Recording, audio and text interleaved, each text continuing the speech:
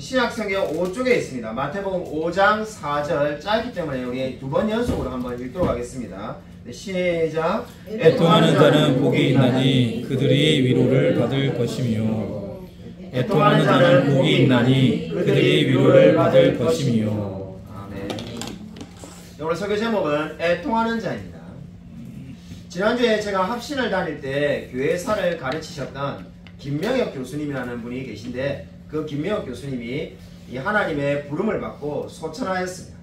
이 소천하게 되신 것은 지난주 주일날 춘천에 설교를 하러 이 차를 운전하고 가시다가 사고가 나가지고 이 돌아가시게 되었습니다. 올해 86세의 나이로 이 소천하셨는데 이 소식을 듣고 난 다음에 우리 지인들하고 이야기를 나누니까 물론 사람이 한 번 죽고 한 번 태어나는 것은 다 하나님이 정하신 뜻이니까 그 누구도 사실 바꿀 수가 없습니다. 우리가 아무리 건강을 그죠 여러분도 다 알다시피 노력을 한들 그 하나님께서 부르시면은 그것을 바꿀 수는 없는데 아마 우리 여러 많은 이 목사님들이 다 이구동성으로 하시는 말씀이 정말로 물론 하나님의 뜻이고 하나님께서 정해신 대로 돌아가셨지만은 그 교수님을 청빙한 이 설교하러 오시라고 이 초대한 이 춘천의 교회는 얼마나 이 힘이 들까 이런 이야기를 우리가 나누었습니다. 아마 춘천의 그 교회 목사님과 성도님들은 아마 마음 가운데 우리가 만약에 모시지 않았으면은 살 수 있지 않을까라는 생각이 아마 인간적인 생각이 끊임없이 들는지도 모릅니다. 지난주에 참 그 생각을 하면서 마음이 많이 우리가 다들 힘들었는데 최근에는 한 달에 한 번은 누가 돌아가셨다 이런 이야기를 듣는 것 같습니다. 우리가 인생을 살아가다 보면은 죽음, 질병, 고난 등으로 늘 애통하며 슬퍼할 일이 찾아오는 것 같습니다. 세상 사람들은 누구나 슬프고 고통스러운 일을 피하고 싶어 합니다. 직장을 잃거나 사랑하는 사람을 잃을 때 사람들은 슬퍼하며 고통스러워합니다. 그런데 그런 상황을 좋아하는 사람은 아무도 없습니다. 근데 성경은 어떻게 말합니까? 애통하는 자가 복이 있다라고 이렇게 말씀을 하고 있습니다. 오늘 팔복의 두 번째 시간인데 애통하는 자는 복이 있나니 그들이 위로를 받을 것이며 라고 말씀하고 있습니다.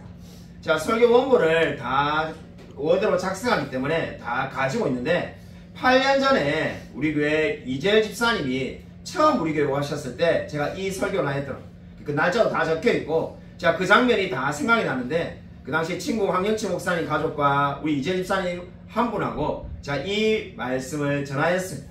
그래서 제가 이 설교를 읽고 난 다음에 이 실력이 많이 늘면 늘수록 이 옛날 설교를 보면은 한심하게 느껴져야 되는데 솔직히 설교 읽어보니까는 와 무슨 설교 이렇게 잘했나 솔직히 이런 생각이 들었어요. 그래서 이거 완전 명설교인데 설교를 너무 잘했는데 이런 생각이 솔직히 들어가지고 제가 깜짝 놀랐는데 야 내가 이렇게 좋은 설교를 했었나 읽으면서 제가 은혜가 되는데 근데 문제는 이제 제가 올해 제가 이렇게 컨셉을 잡지 않았는데 지금 이 주제 설교도 제가 두 번째로 했는데 또 이거를 이제 두 번째로 설교를 이제 하려고 하니까는 막상 그 설교를 읽고 나니까는 설교하고 싶은 마음이 싹 사라져가지고 10년이 가난한 자는 지난주에 이미 설교했는데 그렇다고 여기서 멈출 수도 없고 야 정말로 어려운 일이다 이런 생각을 해보게 되었습니다. 그래서 정말 부족하지만은 그냥 그 설교랑 다른 설교로 같은 말씀을 가지고 전해야 되겠다라고 이번 주 내도록 생각하였습니다.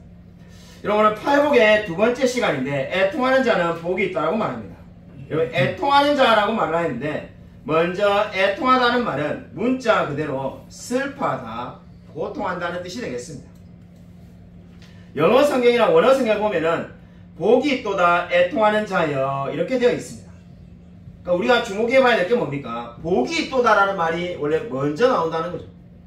그러니까 이 지금 애통하는 자는 복이 있나니 이렇게 말을 하면은 우리가 마치 명령하는 것처럼 보이지만은 실제로 감탄문이라는 겁니다. 복이 있도다 애통하는 자여 지금 이렇게 감탄하는 거죠. 다시 말하지만은 오늘 성경 말씀은 저와 여러분에게 애통하라고 명령하고 있지 않습니다. 그러니까 이 말씀이 무슨 의미입니까? 이미 애통하고 있는 사람, 계속해서 애통하고 있는 사람은 복이 있다라는 의미가 되겠습니다. 저와 여러분이 이미 그리스도인이지 않습니까? 저와 여러분이 이미 하나님을 만나지 않았습니까? 이미 애통하고 있는 그 사람이 어떤 사람이라는 겁니까?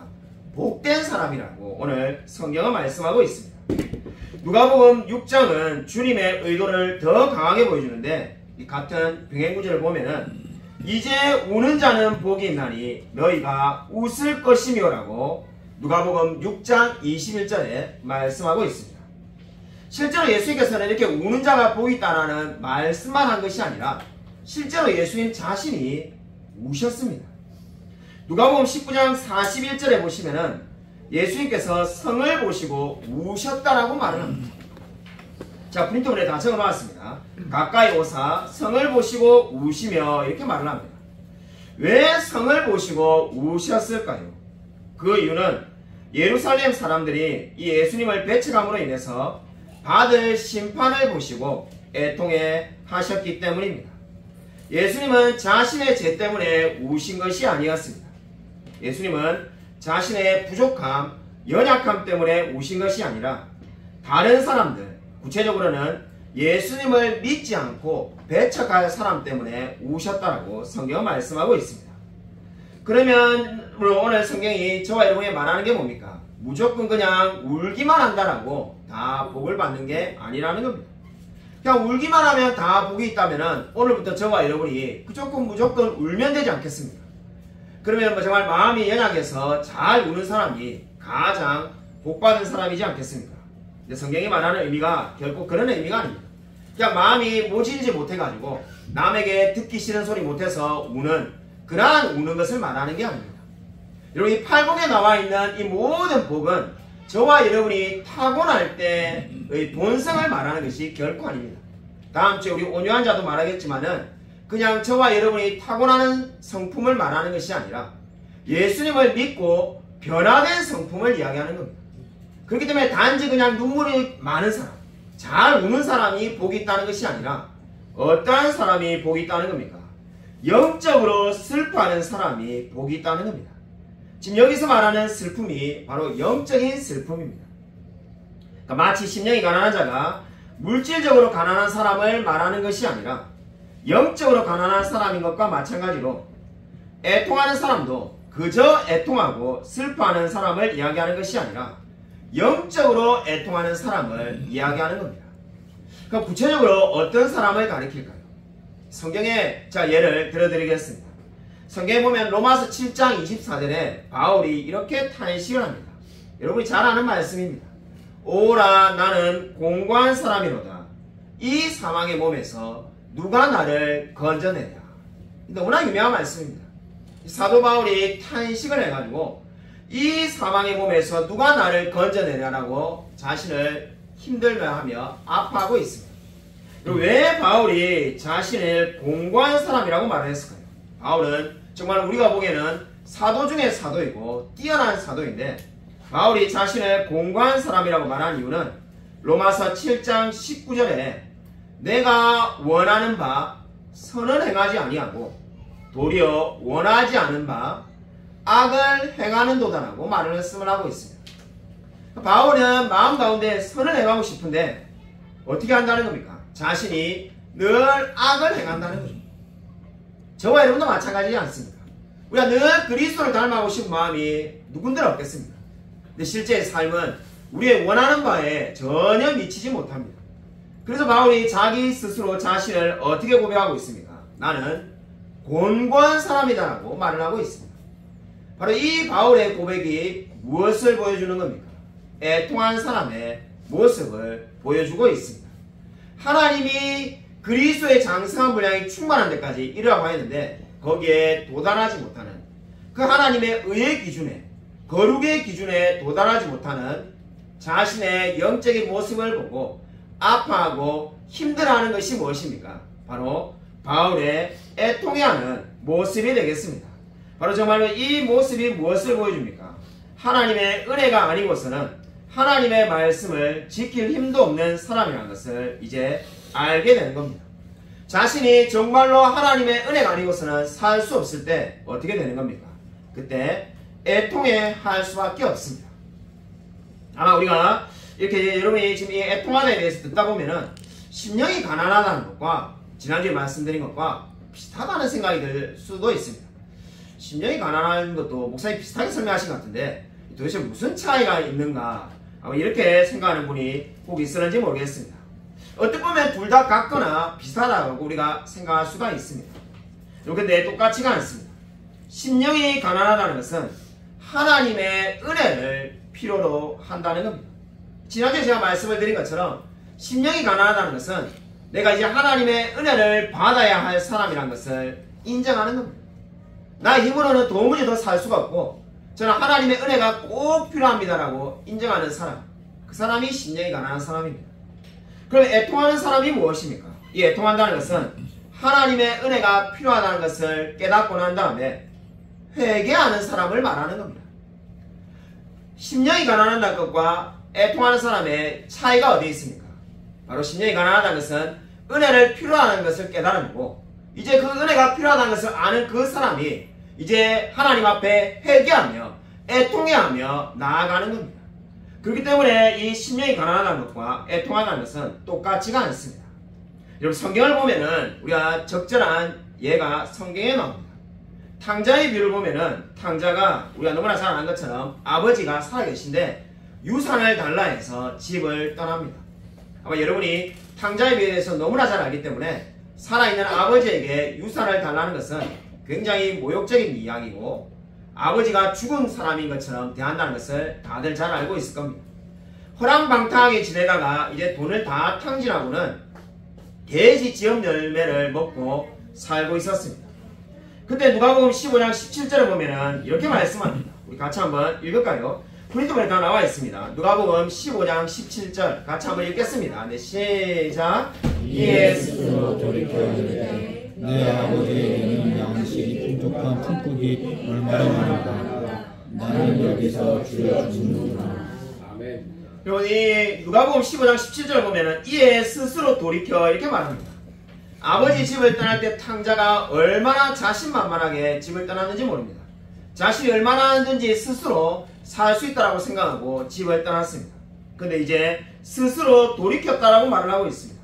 스스로 돌이켰는데 뭘 깨달은 겁니까? 내가 아버지 집에는 양식이 너무나 많고 심지어 아버지 밑에 사는 아들인 자기뿐만 아니라 품꾼들, 일꾼들도 풍족하게 산다는 것을 이제 알게 되었습니다. 그리고 자기는 지금 얼마나 비참하게 사는지를 깨닫게 되었습니다. 그래서 다르게 말하면 이제 이 탕자가 무엇을 깨달은 겁니까? 아버지의 은혜가 필요하다는 것을 깨닫게 되었습니다. 바로 이렇게 아버지의 은혜를 깨닫게 된 것이 바로 무엇입니까? 바로 이 탕자가 이제 심령이 가난해진 겁니다. 그 전까지만 해도 탕자는 마음이 부유해서 아버지의 도움이 없이 자기 스스로 살 수 있는 사람이라고 생각하였습니다. 근데 이제 탕자는 어떻습니까? 이제 마음이 가난해져서 아버지의 도움을 받아야만이 내가 살 수 있다는 것을 인정하게 되었습니다. 그것이 바로 뭡니까? 지금 스스로 돌이켜서 아버지의 품꾼이 되겠다라고 지금 결심하는 겁니다. 만약에 이 탕자가 심령이 가난해지지 않았다면 절대로 아버지의 품꾼이 되지 않았을 겁니다. 그렇게 마음이 되고자 결심하지 않았을 겁니다. 근데 이제 아버지의 품꾼이 되고자라고 결심한 이유는 바로 자신의 이제 아버지의 도움이 없이는 살 수 없는 존재라는 것을 깨달았기 때문입니다. 한마디로 심령이 가난해졌습니다. 그리고는 누가복음 15장 18절을 보면은 탕자가 그 마음이 가난해지자마자 어떻게 했습니까?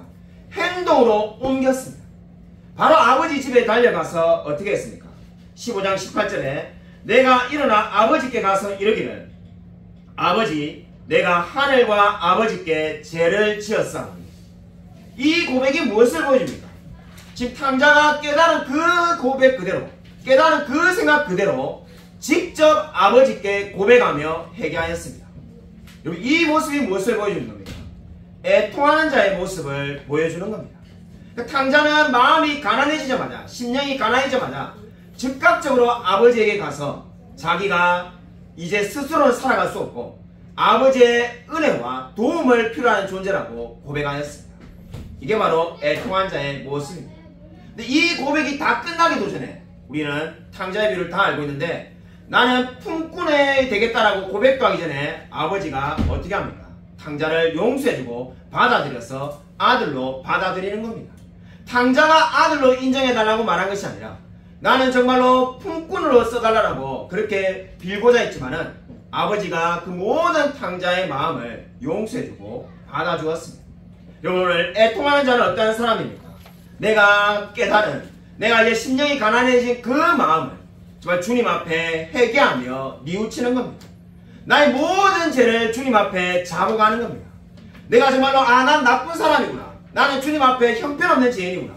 지난주에 우리가 말씀을 살펴본 이사야처럼 나는 망하게 되었구나. 입술이 망하게 되었다라고 고백한 그 입술이 부족한 사람이라고 고백한 이사야처럼 그저 깨달은 것으로 끝나는 것이 아니라 하나님 앞에 회개하며 뉘우치는 사람이 애통한 자라고 성경은 말씀하고 있습니다. 저와 여러분이 바로 이렇게해서 하나님을 믿게 된 자인 줄로 믿으시기 바랍니다. 여러분, 그렇기 때문에 우리 중에 누군가는 나는 심령이 너무나 가난하지만 애통하지는 않는다든지, 나는 화평을 좋아하지만은 의에 줄이는 것을 좋아하지 않는다든지, 여러분, 이러한 말은 적합하지가 않습니다. 저와 여러분이 이 모든 팔복의 특징을 다 가지고 있는 사람입니다. 지금 오늘 이 팔복은 지난주에 제가 말씀을 드린 것처럼 그리스도인이 어떠한 사람인지를 8가지로 예수님께서 말씀하신 겁니다. 우리가 현대에는 그리스도인은 여러분 어떻게 정의를 내리고 있는지 모르겠습니다만은 예수님을 믿는 사람, 주일마다 교회 오는 사람, 아니면 뭐 헌금하고 봉사하고 죽으면 천국 간다고 믿는 사람, 여러분이 아마 나름의 정의를 다 가지고 있을 겁니다. 근데 예수님은 그리스도에 대해서 어떻게 정의를 내린 겁니까? 심령이 가난하며 애통하며 온유하며 화평케 하는 자라고 그렇게 지금 그리스도인을 말하고 있는 겁니다. 그렇게 되어라가 아니라 이미 그렇게 된 사람을 지금 그리스도인이라고 성경은 말씀하고 있습니다. 그러나 저와 여러분은 정말로 우리가 적어도 한 번 이상은 내가 하나님 앞에 탕자처럼 나는 스스로 돌이켜서 나는 아버지의 은혜가 아니면 살 수가 없사오니 나를 정말 품꾼의 하나로 받아달라고 여겨달라고 고백한 사람이 그리스도인임을 성경은 말씀하고 있습니다. 여러분, 그렇다면은 이 애통한다는 것은 오직 저와 여러분의 나 자신의 영적인 상태, 영혼의 상태만 해당되는 말일까요? 내가 정말로 제 마음이 부유하고 가난하지 않다면은 가난해져야 되겠구나, 내가 애통해야 되겠구나, 나 자신에게만 말하는 말씀일 뿐만 아니라 더 나아가서 다른 사람, 공동체에도 해당되는 말씀이라고 성경은 말씀하고 있습니다. 여러분, 고린도전서 5장 1, 2절 우리 한번 찾아보겠습니다. 여기 프린트에 다 나와 있습니다. 고린도전서 5장 1, 2절 우리 같이 한번 한 목소리 읽겠습니다. 시작. 너희에게 심지어 너희 이담을 들으니 그러는 이담 중에서도 없는 것이라. 누가 그 아버지의 아들을 취하였다 합니다. 그리하고도 너희가 오히려 교만하여서 어찌하여 통한이 여기지 아니하고 그의 내한 자를 너희 중에서 쫓아내지 아니하였느냐. 아멘. 여러분, 이 통한이라는 말을 제가 밑줄을 그었는데 여러분이 이 말을 잘 주목해 보시기 바랍니다. 놀랍게도 우리 한글 성경은 전혀 다른 의미니까 누가 이거를 똑같은 단어라고 생각했습니까? 애통하다는 말과 통한이 여긴다는 이 말이 같은 말입니다. 그냥 우리가 번역을 할 때 다르게 번역을 해놓았을 뿐입니다. 원어는 지금 똑같은 말이라는 거죠. 그러니까 지금 이 고린도 교회는 어떻습니까? 고린도 교회는 문제가 정말 많은 교회였습니다. 정말 입으로 지금 제가 말하기도 민망할 정도로 우리 정말 아침 드라마에도 저희가 아침 드라마 거의 안 봐서 모릅니다만은 그냥 이게 제가 머리 깎으러 주로 아침에 많이 가는데 요 앞에 아침에 가면은 그 우리 이발을 해주시는 그 아주머님이 늘 아침 드라마를 틀어놓고 계시더라고요. 아니면 노래를 틀어놓고. 그래서 이게 저절로 이렇게 듣다 보면은 막 이야기를 듣는데 막장인 이야기가 늘 나옵니다.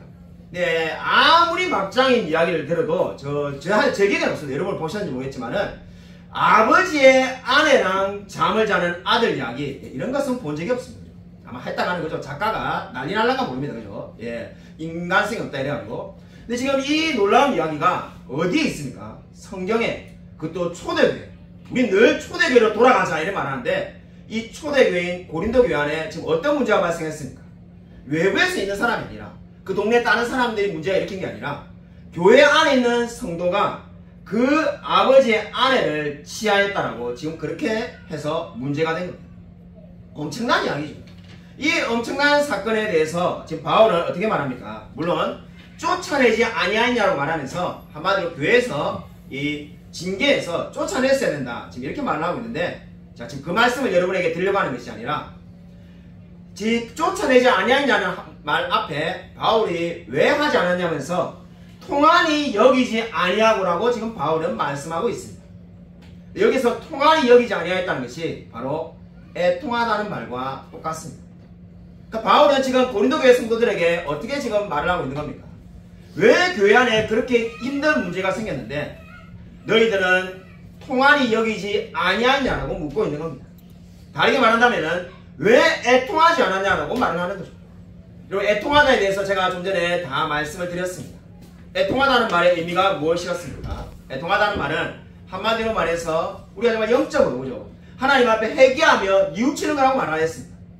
심령이 가난하다는 것은 은혜를 필요로 한다는 것을 깨닫는 거고 애통하다는 것은 말 그대로 회개하는 겁니다. 근데 지금 고린도 교회를 향해서 어떻게 말을 하고 있는 겁니까? 그 죄를 지은 사람에게만 회개하라는 것이 아니라 왜 애통하지 않았냐?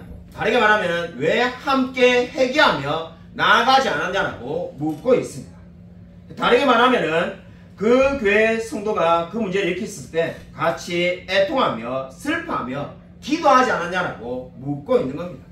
그러므로 애통하는 사람은 어떠한 사람입니까? 자신의 영적인 상태를 되돌아보고 자신의 마음이 부유하다면 회개하고 뉘우칠 뿐만 아니라 공동체의 죄를 보고 정말 하나님 앞에서 중보기도하며 나아가는 사람, 그 사람이 어떠한 사람이라는 겁니까? 바로 그 사람이 애통하는 자라고 성경은 말씀하고 있습니다. 여러분 진정으로 여러분은 세상에 대해서 그리고 이 교회에 대해서 정말 다른 사람의 죄에 대해서 얼마나 기도하며 관심을 가지고 살아가고 있습니까? 여러분 정말로 진정한 그리스도인은 나의 죄만 아파하는 것이 아니라 다른 사람의 죄를 아파하며 살아가는 사람입니다. 그 사람이 바로 뭡니까? 애통하는 사람이라고 성경은 말씀하고 있습니다. 저는 최근에 우리 이 아내를 보면은 제가 정말 내가 결혼했던 사람이 맞나 이런 생각이 많이 들고 있습니다. 정말 그런 생각이 정말 많이 드는데 제가 우리 솔직히 말해서 그죠? 우리 아내랑 결혼할 때 20년 전에는 이쁜 사람하고 결혼한다 이런 생각을 솔직히 많이 했습니다만은 똑똑한 사람하고 결혼한다 솔직히 이런 생각은 거의 해보지 않았는데 제가 요즘 이야기를 나눠보면은 엄청나게 똑똑한 사람하고 내가 결혼했구나 이런 생각을 곧잘 하고 있습니다. 최근에 어떤 일이 있었냐면은 아내가 갑자기 저에게 외인 그루댐을 아냐라고 이렇게 물어보는 겁니다. 제가 깜짝 놀래가지고 우리 협동 목사님, 우리 정재영 목사님 아실 것 같은데 그래서 우리 신학을 한 사람들만 이 이름을 아는데 제가 깜짝 놀래가지고 외인 그루댐을 어떻게 아느냐? 그냥 뭐 C.S. 루이스나 뭐 이런 분들은 우리 성도님들도 다 알지만은 이 외인 그루댐을 신학을 안 한 사람은 정말 아는 사람이 없을 겁니다. 그래서 놀래가지고 알자마자 이래가지고 내가 그 책 한글로 번역된 걸 다 읽어봤다 이렇게 말하니까 아내가 이분의 새로운 책이 있다면서 이분의 성경과 정치라는 책을 냈답니다. 제가 그런 책 들어본 적이 없는데 이래가지고 검색을 해보니까 진짜 그런 책이 있는 거예요. 제가 깜짝 놀래가지고 아니 이거 내 친구들도 아무도 저한테 이런 이야기를 해준 적이 없는데 도대체 이런 책을 어떻게 아냐 이러니까는 막 이 책을 사와야 된다면서 1장 이렇게 연설이 시작되는 겁니다. 그래서 막 이 책을 말하고 이렇게 이야기를 하길래 자마자 자 듣고 있다가 그러면서 빨리 책을 주문해놔. 책값을 알아보니까는 4만원이나 그래서 아이고 책값이 이렇게 비싼데니까는 상관없다면서 책을 사라는 거예요. 그래서 제가 책을 주문하면서 들었던 생각이 예전에는 이런 모습이 아니었는데 한 10년 전, 15년 전에는 제가 맨날 책 사려면은 집에 책이 이렇게 많은데 도대체 무슨 책 장사할 것도 아니고 도대체 무슨 책을 이렇게 계속 사냐고 이렇게 막 이렇게 핀잔을 줬습니다. 아니 집에 있는 책을 다 읽지도 못했는데 왜 책을 이렇게 사냐 해가지고 제가 서울에 부교육자로 있을 때 이 영광교회 부교육자로 있을 때는 그 집에 책을 다 이렇게 뭡니까 이거 책을 다 이렇게 뭐라 해야 됩니까 이거를 전시하지 못해가지고 라면 박스 한 20박스에 책을 이렇게 쌓아가지고 집 한 구석에 놔두고 있었어요. 근데 그걸 개척할 때도 가져왔다가 가만히 생각하니까는 이걸 언제 읽겠냐. 그죠? 라면 박스 안에 있는 책을 솔직히 끄집어내고 읽지도 않고 그 영광교회 있는 동안에 계속 라면 박스 안에 있다가 다시 한강에 내려왔는데 이거를 계속 들고 다니는 것은 참으로 의미가 없다 해가지고 그냥 그 책들을 다 이렇게 우동생한테 주고 필요한 분들한테 다 나눠줬습니다. 어차피 죽을 때 합신에 기증할 거 미리 나눠주면은 더 많은 사람이 은혜를 누리겠다 해가지고 그냥 다 나눠줬습니다. 다 나눠주고 난 다음에 지금 우리 교회 다 안 계신데 이 개척 초기에 우리 집에 놀러왔던 우리 교회 그 당시에 성도님들이 제 집을 보고는 아니 무슨 책이 이렇게 많냐면서 교수님 집에 온 것 같다 이렇게 말할 때 제가 속으로 생각했습니다. 라면 박스, 20박스 안 없어졌으면은 아마 기절했을 거예요. 아마 그냥 쫙 이렇게 쌓여있었는데 그렇게 책을 살 때마다 사지 말라고 다 읽고 사라고 이렇게 말했던 사람이 아니 이게 지금도 솔직히 다 안 읽었는데 책을 막 사라고 이야기하고 막 외인 부르듬에 성경과 정치를 막 이야기해가지고 깜짝 놀랐습니다. 더 놀라운 것은 그 이야기로 끝나는 게 아니라 그 이야기에서 제가 질문하지 않았는데 자기 스스로 질문을 해가지고 자기가 질문하고 자기가 답하기 시작합니다. 그래갖고 막 일론 머스크에 대한 책이 나왔는데 막 하면서 일론 머스크 이야기가 쭉 이어지는 거야. 그래서 이 모습을 보면서 이 모습 어디서 많이 본 모습인데 가만히 생각해보니까 20대 때 제가 그랬거든요. 20대 때 막 누구랑 이야기하면은 상대방이 질문도 안 하는데 혼자 제가 질문하고 혼자 답하고 이 주제에서 저 주제로 날아가고 저기서 이 책으로 날아가고 막 이래가지고 하는데 딱 그 모습이 내가 혼자 막 이야기가 막 계속 이어지 깜짝 놀래가지고 야 이게 내가 알던 박정희 맞나 아무 생각도 딴 사람이 된 것 같은데 제가 정말로 깜짝 놀랐습니다. 그래서 읽고 제가 그래서 참 이 모습을 보고 제가 이게 많이 도전을 받았는데 아마 제가 이제 3월 4일 시차례 때 가서 아마 이 설교할 때 아마 이렇게 이야기하면은 아마 시차례 목사님들이 다 깜짝 놀라실 겁니다. 뭐 이 모든 사모님들이 이야기를 들어보면 다 똑같더라고요.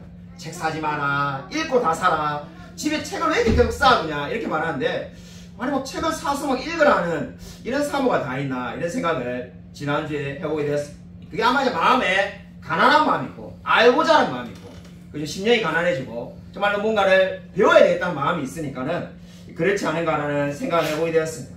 아마 우리 세상 사람들과 믿는 사람의 차이는 믿지 않는 사람들은 자기가 부족해도 부족한지를 모르고 살아가는 사람들이 많습니다. 그러니까 저와 여러분은 이미 그리스도를 만나고 많은 것들을 가지고 있지만은 영적인 부양을 가지고 있지만 늘 계속해서 더 하나님을 알고 싶어하는 것이 애통한 자의 특징이라고 말할 수가 있겠습니다. 최초의 미얀마 선교사였던 아돈이란 저드스라는 분이 있습니다.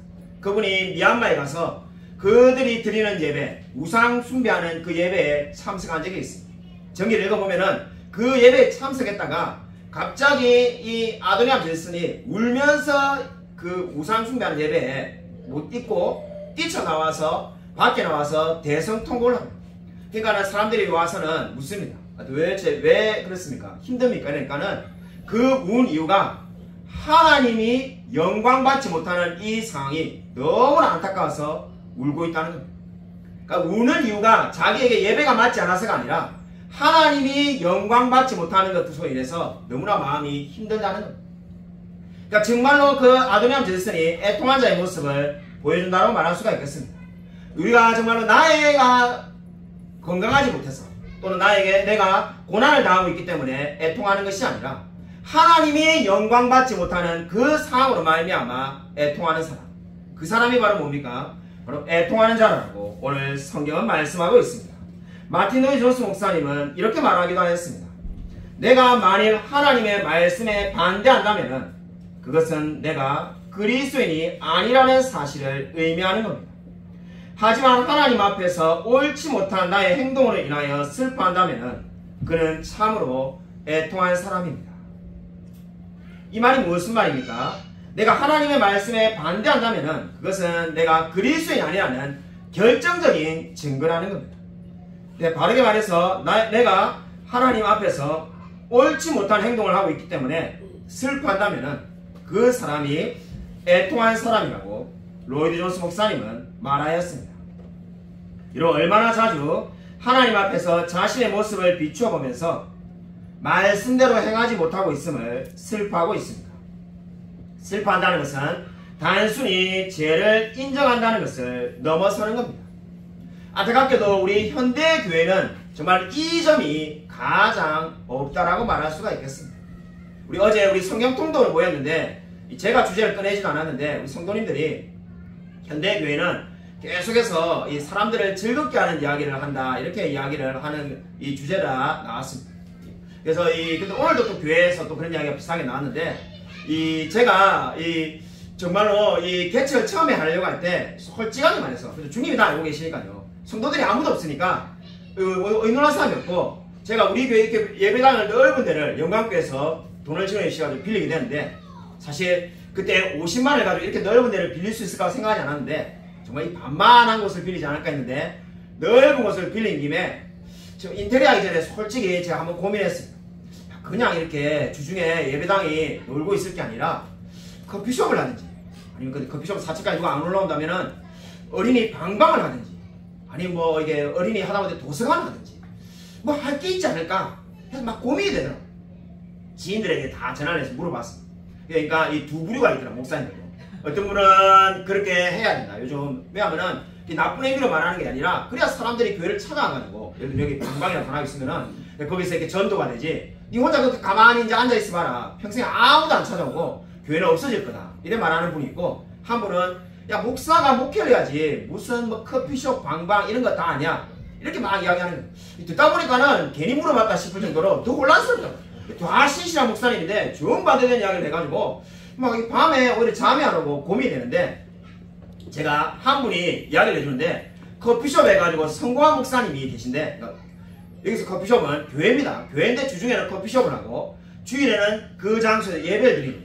그분이 뭐라고 말했냐면은 절대로 하지 말라면서 성공해도 문제고 실패도 문제라는 거예요. 제가 그게 무슨 말이냐고 하니까 자기가 커피숍을 하면서 교회를 해보니까는 장사가 안 되면은 인테리어 비용도 문제고 뭐 여러 가지 갖다 놨으니까 렌터를 해가지고 그 돈도 문제니까 괴롭고, 자기처럼 잘 되면은 목회를 하는 것이 아니라 그냥 장사를 하고 있는 거예요. 너무 잘 되니까 정신하고 없다는 거예요.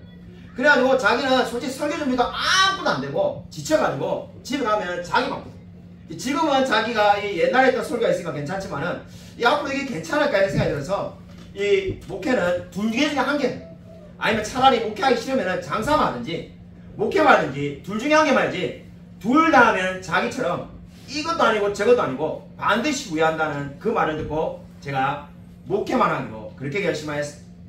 정말로. 근데 좀 우리 시대를 보면은 어떻습니까? 우리가 교회가 문턱을 낮춰야 된다는 이야기를 끊임없이 듣습니다.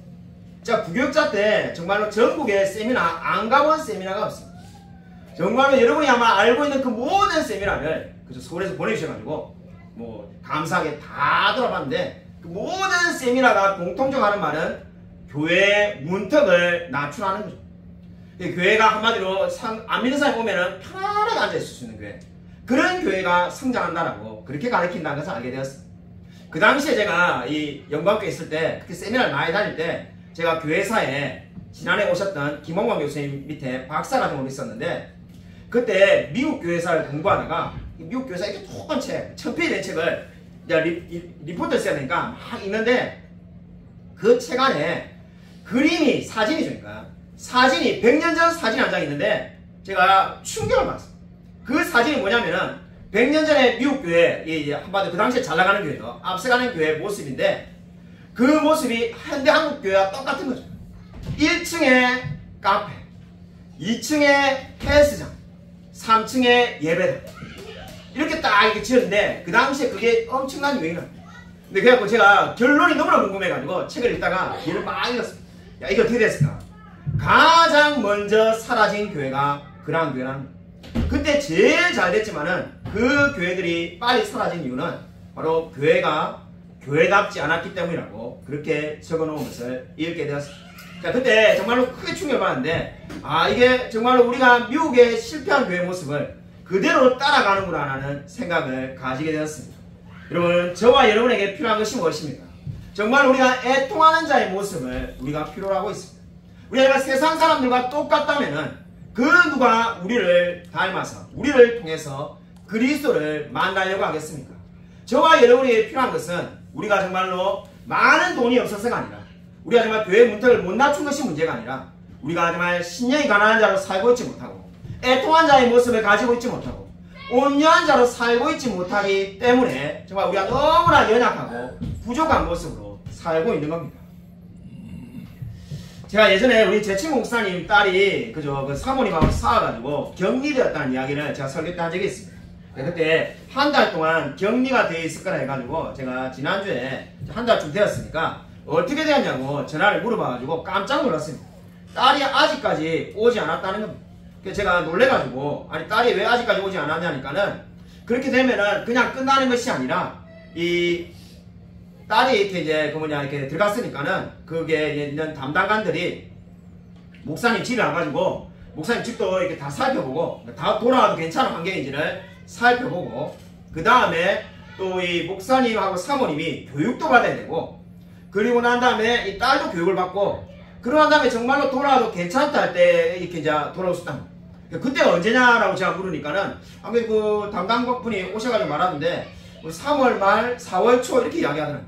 진짜 놀래가지고, 아니 곧 개학인데 그러면 학교는 어떻게 다니냐니까는 거기서 이제 학교를 다닐 거라는 거예요.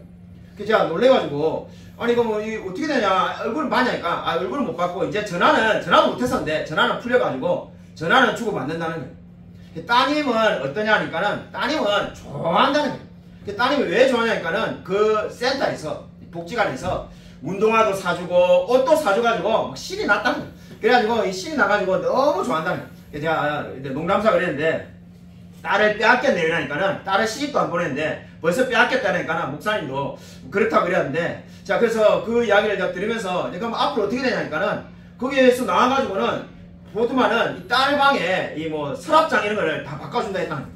그래서 제가 그래서 그게 무슨 말이냐니까는 이 딸이 살 수 있는 환경이 돼야 되기 때문에, 보니까는 이 공부하는 책상, 서랍장 이런 게 너무 다 그냥 부실하다고 그걸 다 그냥 바꿔준다 했다는 거예요. 자, 그 이야기를 듣고 제가 뭐라고 말했겠습니까? 제가 다음부터 우리 딸을 이렇게 혼낼 때는 창문을 다 열어가지고 옆집이 좀 듣도록 해야 되겠다. 야, 이게 좋은 일이구나. 이게 그래가지고 아니면 저 독도에 나와가지고 이게 좀 한 대 이렇게 때리든지 이래야 되겠구나. 그래서 우리도 책상도 좀 바꾸고 서랍장도 좀 바꾸고 집에 필요한 게 많은데, 야, 이거 그렇게 해야 되겠구나. 이거 좋은 일이네. 그러니까는 목사님이 뭐 그건 아니라면서 그게 뭐 아니냐니까는 자기가 서초동 법원에 전화를 받아요. 제가 깜짝 놀래가지고 법원에서 왜 전화를 받냐니까는 그 모든 것이 다 검사에게 넘어가기 때문에 검사분이 전화를 해가지고 기소 유예됐다면서 다음에 똑같은 일로 이게 이제 많이 불려오면은 기소될 거라는 거예요. 그래서 이제 그 경고회로 전화를 받아가지고 제가 깜짝 놀랐다. 다음에 법원에 출두하셔야 돼요. 똑같은 일이 또 벌어지면. 그렇게 이야기를 듣고는 제가 깜짝 놀랐습니다. 오늘 성경은 애통하는 자가 받게 될 축복을 이야기하고 있습니다. 그 축복은 주님이 애통하는 자는 복이 있다라고 말씀하신 이후에 위로를 받을 것이며 라고 말씀하고 있습니다. 여러분, 진정한 그리스도인이 무엇입니까? 바로 하나님께서 주시는 위로를 받는다라고 말을 하고 있습니다. 아마 믿지 않는 사람들이 저와 여러분을 보면은 조울증 환자처럼 보일런지도 모릅니다. 언제는 내가 죄인이라고 말했다가 이대로는 안 된다고 말했다가 또 다르게 되면 어떻습니까? 내 모든 죄는 용서함을 받았다라고 말하다가 이렇게 왔다리 갔다리 하는 걸 보면은 도대체 이게 조울증 환자냐 이렇게 생각할 수 있습니다. 어떻게 이렇게 짧은 시간에 동일한 사람이 나는 죄인이다, 나는 오라, 나는 공부한 사람이라고 말했다가 오직 그리스도 예수 안에 있는 자는 결코 정죄함이 없나니라는 또 담대한 고백을 했다가 이렇게 바뀔 수가 있느냐라고 아마 생각하는지도 모릅니다. 근데 그렇게 되는 이유가 무엇입니까? 바로 애통하는 자는 위로를 받기 때문이라고 성경은 말씀하고 있습니다. 복음을 알지 못하는 사람은 이 놀라운 위로를 알 수가 없습니다. 찬송가 442장에 우리 서로 받은 그 기쁨은 알 사람이 없도다라고 말하는 것이 바로 이 이야기를 하는 겁니다. 저와 여러분이 받은 이 놀라운 위로를 그리스도인이 되지 않은 사람은 결코 알 수가 없습니다. 여러분, 데이빗 브레이너드라는 인디안 선교사가 있었습니다. 1740년 10월 18일에 그는 이렇게 일기에 썼습니다. 아침 기도를 드릴 때 영혼은 매우 예민해져서 나의 큰 죄와 더러움을 심각하게 슬퍼하게 되었다. 나의 악한 성품에 대하여 전에 그렇게 깊이 혐오감이 가는 감정을 품어본 적이 없었다. 그때였다. 나의 영혼은 하나님의 사랑 속으로 자연스럽게 옮겨지고 하나님께서 나를 사랑하신다는 뚜렷한 감정이 일어나게 된 것이다. 그리고 이러한 사랑과 소망은 두려움을 깨끗이 쫓아버렸다고 말하였습니다. 이 브레이너드가 말하는 것이 무엇입니까? 한마디로 애통하는 자는 복이 있나니 위로를 받을 것이며를 말을 하고 있습니다. 그의 영혼이 너무나 큰 죄와 더러움으로 슬퍼했지만은 하나님께서 함께 하시자 그 마음에 위로함이 넘쳤다라고 말을 합니다. 여러분, 이 사역이 달라진 것이 아니라 그 똑같은 사역을 그대로 하고 있지만은 하나님이 함께 하실 때 그의 마음이 정말 모든 아픔과 슬픔이 사라졌다라고 고백하고 있습니다. 여러분, 이 세상에서는 고통이 끝이 없을 것입니다. 그러나 요한복음 7장 17절에 말씀하신 것처럼 하나님께서 그들의 눈에서 모든 눈물을 씻어 주실 것이며 라고 말씀하고 있습니다. 그리고 저와 여러분이 이제 천국에 가면은 저와 여러분의 모든 눈에서의 눈물이 다 씻김을 받게 될 것입니다. 그러므로 그날이 오기 전까지 그리스도인은 애통하며 살 수밖에 없습니다. 여러분, 진정한 그리스도인이 어떠한 사람입니까? 애통하며 사는 사람입니다. 나의 죄, 나의 문제만을 가지고 애통하는 것이 아니라 다른 사람의 죄, 그리고 다른 사람의 아픔을 함께 기도하는 사람, 그 사람이 애통하는 사람이라고 오늘 성경은 말씀하고 있습니다. 아무쪼록 하나님께서 우리에게 애통하는 자는 위로함을 받을 것이라는 이 말씀을 믿고 날마다 자신을 쳐서 복종하며 거룩을 추구하며 살아가는 저와 우리 모든 성도님이 되시기를 주님의 이름으로 간절히 축원드립니다. 이 시간에 우리 한번 말씀을 생각하면서 주여 한번 크게 외치고 간절히 통성을 기도하겠습니다. 주여 하나님